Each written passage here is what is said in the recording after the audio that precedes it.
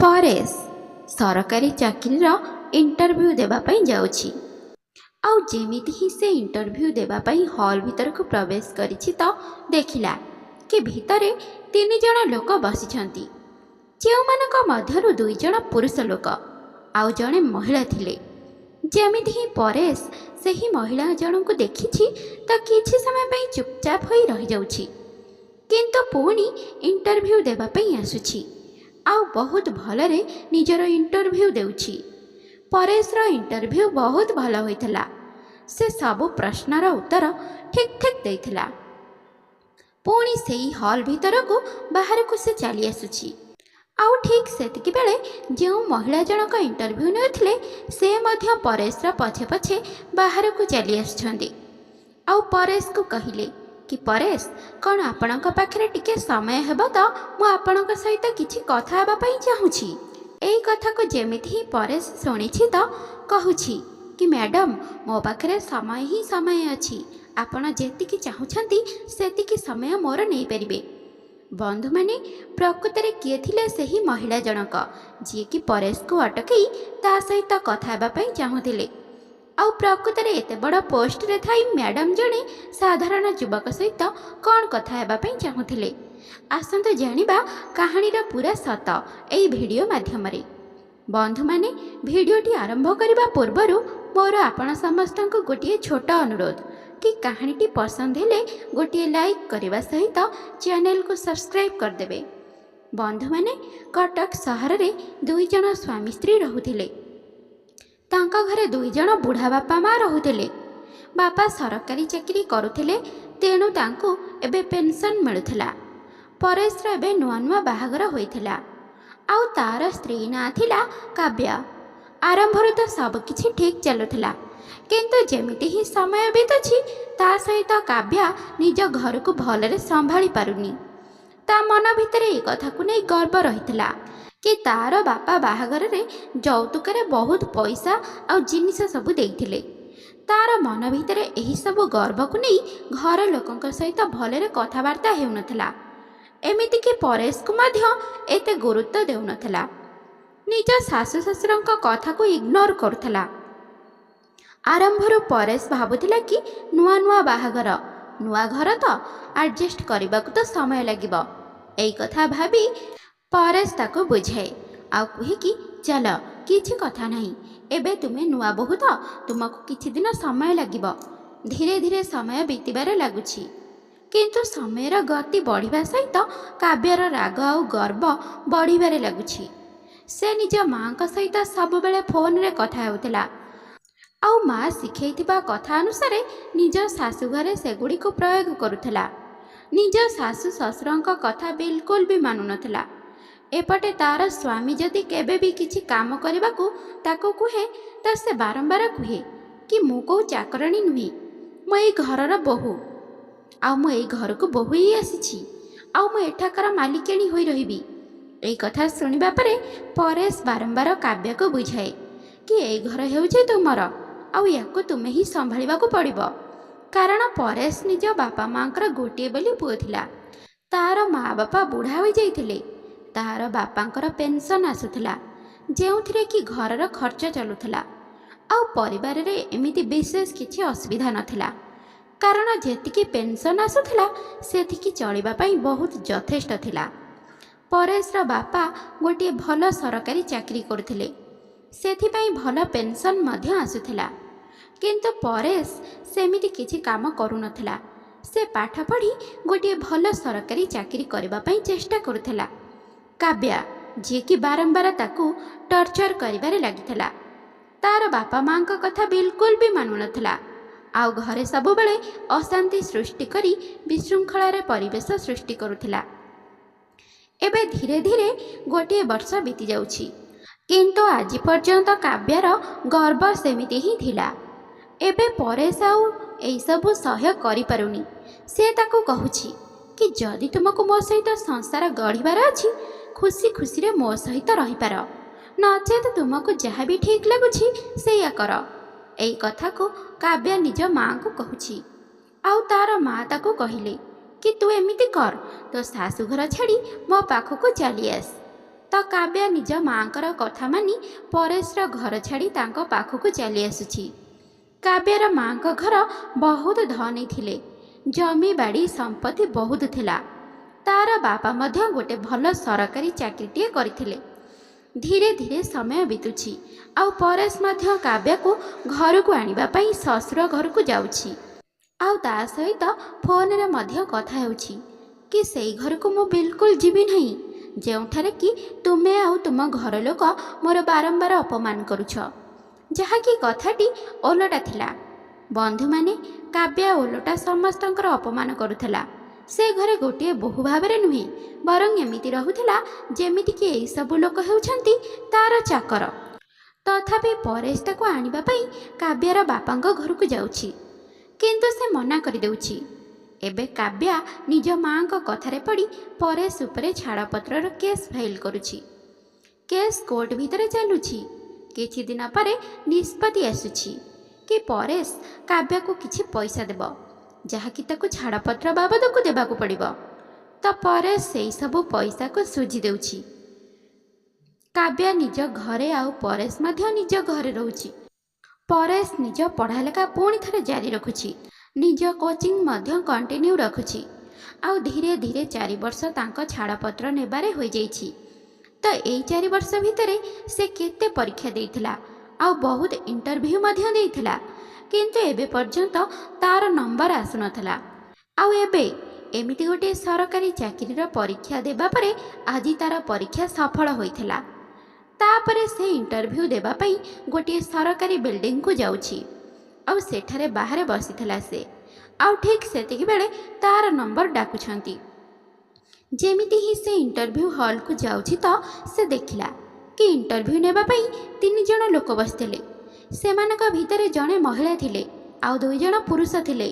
ସେହି ମହିଳା ଜଣକ ଆଉ ଅନ୍ୟ କେହି ନଥିଲେ, ବରଂ ତାର ସେହି ଛାଡ଼ପତ୍ର ହୋଇଥିବା ସ୍ତ୍ରୀ ଥିଲା, ଯାହା ସହିତ 4 ବର୍ଷ ପୂର୍ବରୁ ତାର ଛାଡ଼ପତ୍ର ହୋଇସାରିଥିଲା।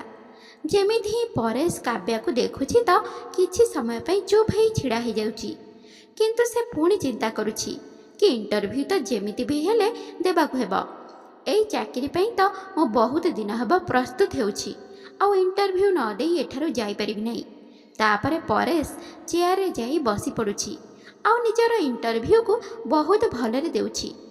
ଇଣ୍ଟରଭ୍ୟୁଅର ତାକୁ ତାର ଚାକିରି ଡିଟେଲ୍ସ କିଛି ପ୍ରଶ୍ନ ପଚାରିଲେ, ଆଉ ସବୁ ପ୍ରଶ୍ନର ଉତ୍ତର ସେ ଠିକ୍ ଠିକ୍ ଭାବରେ ଦେଇଥିଲା। ଇଣ୍ଟରଭ୍ୟୁ ପାଖାପାଖି ଅଧଘଣ୍ଟା ପର୍ଯ୍ୟନ୍ତ ଚାଲିଲା, ଆଉ ତାର ଇଣ୍ଟରଭ୍ୟୁ ବହୁତ ଭଲରେ ହେଉଛି। ଇଣ୍ଟରଭ୍ୟୁ ଦେବା ପରେ ସେ ସେଠାରୁ ବାହାରକୁ ଚାଲି ଆସିଲା। ରେଜଲ୍ଟ ଘୋଷଣା ହେବା ପାଇଁ ଆଉ ଅଳ୍ପ କିଛି ଦିନ ବାକି ଥିଲା। ଯେମିତି ହିଁ ସେ ବାହାରକୁ ଚାଲି ଆସୁଛି ତ ପଛେ ପଛେ କାବ୍ୟା ମଧ୍ୟ ଚାଲି ଆସୁଛି, ଆଉ ପରେଶକୁ ଅଟକେଇ କହିଲା କି ପରେଶ ବାବୁ, ଯଦି ଆପଣଙ୍କ ପାଖରେ 1 ମିନିଟ୍ର ସମୟ ଅଛି ତ ମୁଁ ଆପଣଙ୍କ ଠାରୁ ସେଇ 1 ମିନିଟ୍ ନେବାକୁ ଚାହୁଁଛି। ମୋର ଆପଣଙ୍କ ସହିତ କିଛି କଥା ହେବାର ଅଛି। ପରେଶ କାବ୍ୟା ଆଡ଼କୁ ଦେଖିଲା, ଆଉ ତାକୁ କହିଲା, 1 ମିନିଟ୍ କ'ଣ, ଆପଣଙ୍କୁ ଯେତେ ବି ସମୟ ଦରକାର ସେତିକି ସମୟ ମୋ ପାଖରେ ଅଛି।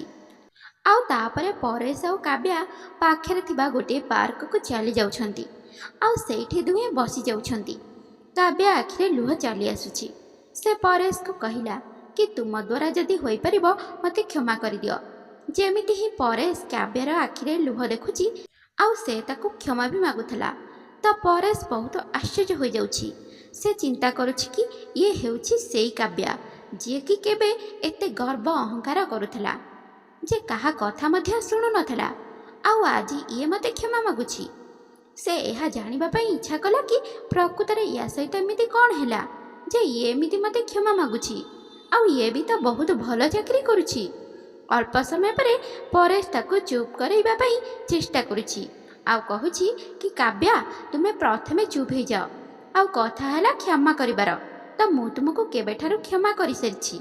ପୁଣି ପରେଶ ପଚାରିଲା କି କାବ୍ୟା, ପ୍ରକୃତରେ ତୁମ ସହିତ ଏମିତି କ'ଣ ହେଲା ଯେ ତୁମେ ମୋତେ ଏମିତି କ୍ଷମା ମାଗୁଛ?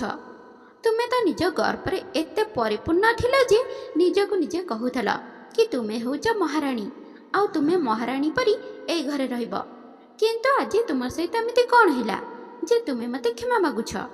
ତ କାବ୍ୟା ପରେଶକୁ କହିଲା କି ପରେଶ, ମୋର ତୁମ ସହିତ ଡିଭୋର୍ସ ହେବାର କାରଣ ମୋ ମା ଥିଲେ। ମୋ ମା ମୋତେ ଓଲଟା ପାଲଟା କଥା ସବୁ ଶିଖଉଥିଲେ। ଆଉ ମୁଁ ମୋ ମା ସହିତ ବାରମ୍ବାର କଥା ହେଉଥିଲି। ଆଉ ମା ମୋତେ କହୁଥିଲେ କି ତୋତେ କିଛି ବି କାମ କରିବା ଦରକାର ନାହିଁ, ଆମେ ବହୁତ ଧନୀ, ଯୌତୁକ ଦେଇଛୁ। ଆଉ ତୁ ଏଇ ଲୋକଙ୍କର ଚାକର ନୁହେଁ, ଏମାନେ ନିଜ କାମ ନିଜେ କରିପାରିବେ, ନହେଲେ କେଉଁ ଚାକର ଆଣି ରଖିବେ, ତୋର କିଛି ବି ଯାଏ ଆସେ ନାହିଁ। ସେମାନେ ତାଙ୍କ ସୁବିଧା ନିଜେ କରିବେ। ତୁ ମହାରାଣୀ ପରି ସେଇ ଘରେ ରହ। ଆମେ ତୋର ବାହାଘର କରିଛୁ, ନା କି ତୋତେ ବିକ୍ରି କରିଛୁ। ମୁଁ ମୋ ମାଆଙ୍କ କଥାରେ ପଡ଼ିଗଲି। ଆଉ ତାଙ୍କ କଥାରେ ପଡ଼ି ମୁଁ ତୁମର ପରିବାର ସହିତ ବହୁତ ଭୁଲ କାମ କଲି, ଆଉ ବହୁତ ଖରାପ ବ୍ୟବହାର କଲି। ପରେଶ କହିଲା କି ହଁ, ତୁମେ ତ ବହୁତ ଭୁଲ କରିଛ। ତ କାବ୍ୟ ଆଗକୁ ଜଣେଇଲା କି ଯେତେବେଳେ ଆମର ଡିଭୋର୍ସ ହୋଇଗଲା ତ ତାପରେ ତୁମେ ଯେଉଁ ପଇସା ଦେଇଥିଲ ତାକୁ ନେଇ ମୁଁ ମୋ ମାଆଙ୍କ ପାଖକୁ ଚାଲିଗଲି। ମୋ ପରିବାର ଲୋକ ସେଇ ସବୁ ପଇସାକୁ ନିଜ ଖର୍ଚ୍ଚରେ ଲଗେଇଦେଲେ। ଧୀରେ ଧୀରେ ସମୟ ବିତିବାରେ ଲାଗିଲା, ଆଉ ମୋ ମାଆଙ୍କର ମୃତ୍ୟୁ ହୋଇଗଲା। ଆଉ ତାପରେ ମୁଁ ଜାଣିପାରୁଛି କି କିଏ ନିଜର ଆଉ କିଏ ପର। କାରଣ ଏବେ ଘର ଭାଇ ଭାଉଜଙ୍କର ହେଇଯାଇଛି, ଆଉ ବାପାଙ୍କ କଥାକୁ କେହି ଖାତିର କରୁନାହାନ୍ତି। ଭାଇ ଭାଉଜ ବାରମ୍ବାର ମୋର ଥଟ୍ଟା ପରିହାସ କରୁଥିଲେ। ଏଇ କଥାକୁ ଯେମିତି ହିଁ ପରେଶ ଶୁଣିଛି ତ ତାକୁ ମଧ୍ୟ ଟିକେ ଖରାପ ଲାଗୁଛି, ଆଉ ତାର ମନ ମଧ୍ୟ ଉଦାସ ରହୁଛି। କିନ୍ତୁ ବର୍ତ୍ତମାନ ନିଜ ଭାବନାକୁ ଟିକେ ନିୟନ୍ତ୍ରଣରେ ରଖୁଛି, ଆଉ ଆଗକୁ କାବ୍ୟର କଥାକୁ ଶୁଣୁଛି। କାବ୍ୟା କହିଲା କି ଭାଇ ଭାଉଜଙ୍କ ଥଟ୍ଟା ପରିହାସରେ ଦୁଃଖୀ ହୋଇ ମୁଁ ଏଇଠି ଚାକିରି ପାଇଁ ଚେଷ୍ଟା କଲି, ଆଉ ଚାକିରି ମୋତେ ମିଳିଗଲା। କିନ୍ତୁ କଣ୍ଟ୍ରାକ୍ଚୁଆଲରେ ବେଶୀ ଦରମା ନଥିଲା, କିନ୍ତୁ ଯେତିକି ବି ପାଉଛି ସେତିକିରେ ମୁଁ ଚଳିଯାଉଛି। ସବୁ କଥା ଶୁଣି ପରେଶ ବ୍ୟାକୁଳ ତ ପ୍ରଥମରୁ ଥିଲା, କିନ୍ତୁ ସେ ସେତେବେଳେ କାବ୍ୟାକୁ ପଚାରିଲା କି ତୁମ ମଥାରେ ତ ସିନ୍ଦୁର ଅଛି, ଆଉ ଗଳାରେ ମଙ୍ଗଳସୂତ୍ର ଅଛି। ତୁମ ସ୍ୱାମୀ କ'ଣ କରୁଛନ୍ତି, ଯାହାକି ତୁମେ ନିଜ ଭାଇ ଆଉ ଭାଉଜଙ୍କ ପାଖରେ ରହୁଛ? ପରେଶ ମୁହଁରୁ ଏଇସବୁ କଥା ଶୁଣି କାବ୍ୟା କହିଲା, ଏଇ ସିନ୍ଦୁର ଆଉ ମଙ୍ଗଳସୂତ୍ର ଆଉ ଅନ୍ୟ କାହା ନାଁରେ ମୁଁ ପିନ୍ଧେନି, ବରଂ ଇଏ ତୁମ ନାଁରେ ମୁଁ ପିନ୍ଧୁଛି। ପରେଶ, ମୁଁ ଦ୍ୱିତୀୟ ବିବାହ କରିନି। ଏଇ କଥା ଶୁଣିବା ପରେ ପରେଶର ହୃଦୟ ମଧ୍ୟ ତରଳି ଯାଉଛି। ଆଉ ସେ କାବ୍ୟାକୁ କହିଲା କି ଯଦି ଜୀବନରେ ମୁଁ ତୁମକୁ କେବେ ବି ମୋର କୌଣସି ଦରକାର ଆସିବି ତ ମୋତେ କହିଦେବ। ତାପରେ କାବ୍ୟା କାନ୍ଦି କାନ୍ଦି ଆଉଥରେ ପରେଶକୁ କ୍ଷମା ମାଗିଲା, ଆଉ କହିଲା କି ପରେଶ, ତୁମ ଫୋନ୍ ନମ୍ବର ମୋତେ ଦିଅ। ପରେଶ ନିଜ ଫୋନ୍ ନମ୍ବର ଦେଇ ନିଜ ଘରକୁ ଚାଲିଗଲା। ଏବେ କାବ୍ୟା ଫୋନରେ ପରେଶ ସହିତ କଥାବାର୍ତ୍ତା କରିବା ଆରମ୍ଭ କରିଦେଲା। କାବ୍ୟା ଗୋଟିଏ ଦିନ ଫୋନରେ କହୁଛି କି ପରେଶ, ମୋର ଘର ଦେଖିବାର ଅଛି। ତ ପରେଶ ଭିଡ଼ିଓ କଲ୍ କରି ପୁରା ଘର ଦେଖାଉଛି। ଏମିତି ହିଁ ଗୋଟିଏ ଦିନ କଥା ହେବା ସମୟରେ କାବ୍ୟା କହୁଛି କି ପରେଶ, ମୋର କଥା ମାଆଙ୍କ ସହିତ କରେଇଦିଅ। ତ ପରେଶ ମାଆଙ୍କ ପାଖକୁ ଫୋନ୍ ନେଇ ଯାଉଛି, ଯିଏକି ରୋଗିଣା ଅବସ୍ଥାରେ ବେଡ୍ ଉପରେ ଶୋଇ ରହିଥିଲେ। ତ କାବ୍ୟାର କଥା କରେଇ ଦେଉଛି। ଏବେ ମା ଆଉ କାବ୍ୟା ପରସ୍ପର ସହିତ କଥା ହେଉଛନ୍ତି। ତ ପରେଶର ମାଆଙ୍କ ଆଖିରୁ ଲୁହ ଚାଲି ଆସୁଛି। ଆଉ ଯେମିତି ହିଁ ପରେଶ ନିଜ ମାଆଙ୍କ ଠାରୁ ଫୋନ୍ ନେଇ କାବ୍ୟା ସହିତ କଥା ହେବା ପାଇଁ ଚେଷ୍ଟା କରୁଛନ୍ତି ତ ସେ ଦେଖିଲେ କି କାବ୍ୟା ମଧ୍ୟ ଜୋର ଜୋର କରି କାନ୍ଦୁଛି। କଥା ହେଲା କି ପରେଶର ମା କାବ୍ୟାକୁ କହିଲେ କି ଝିଅ, ତୁ କେବେ ଆସୁଛୁ? ଏଇ କଥା ଶୁଣି କାବ୍ୟା କାନ୍ଦିବାରେ ଲାଗିଲା। ପରେଶ କାବ୍ୟାକୁ ପଚାରିଲା କି କାବ୍ୟା, ତୁମେ କାହିଁକି କାନ୍ଦୁଛ? ତ କାବ୍ୟା କାନ୍ଦି କାନ୍ଦି କହିଲା କି ପରେଶ, କ'ଣ ଏମିତି ହୋଇପାରିବନି କି ଆମେ ପୁଣି ଥରେ ଆମେ ସମସ୍ତେ ମିଶିକି ରହିପାରିବା ନାହିଁ? ଏବେ ପରେଶ ଯେମିତି ହିଁ ଏଇ କଥା ଶୁଣୁଛି ତ ପରେଶର ବି ମନ କହୁଥିଲା କି ହଁ, କାହିଁକି ହୋଇପାରିବ ନାହିଁ? ତୁମେ ଯଦି କହିବ ତ ମୁଁ ଏହି ମୁହୂର୍ତ୍ତରେ ତୁମକୁ ନେଇ ଆସିବି। କାବ୍ୟା କାନ୍ଦି କାନ୍ଦି କହିଲା କି ତୁମେ ମୋତେ ଶୀଘ୍ର ଏଠାରୁ ତୁମ ପାଖକୁ ନେଇଯାଅ।